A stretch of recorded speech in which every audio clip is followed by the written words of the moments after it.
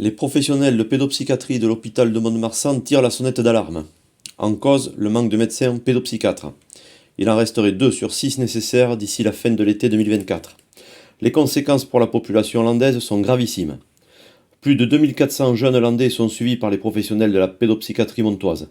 Sans médecins, que deviendra leur suivi? Depuis 10 ans, la file active du secteur infanto-juvénile augmente de 10% chaque année. Les moyens humains, eux, ne cessent de baisser. Les délais de prise en charge sont hallucinants, jusqu'à 18 mois d'attente pour un premier rendez-vous.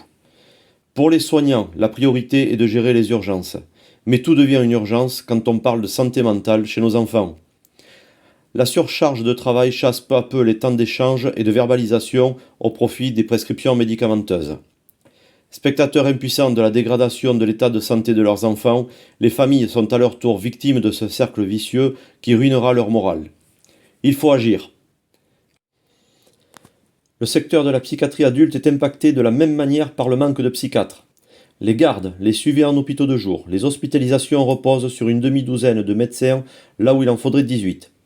C'est pourquoi une quarantaine de lits a fermé depuis 3 ans sur l'hôpital Sainte-Anne. Cela réduit considérablement la possibilité pour la population landaise d'accéder à un lit d'hôpital en psychiatrie. 20% de lits fermés sans étoffer les équipes des hôpitaux de jour, ce n'est pas un progrès, c'est une mise à mort. Mise à mort de la psychiatrie publique, mise à mort de la spécificité et du savoir-faire de ses soignants. C'est une condamnation pour les Landais qui ont besoin de soins psy.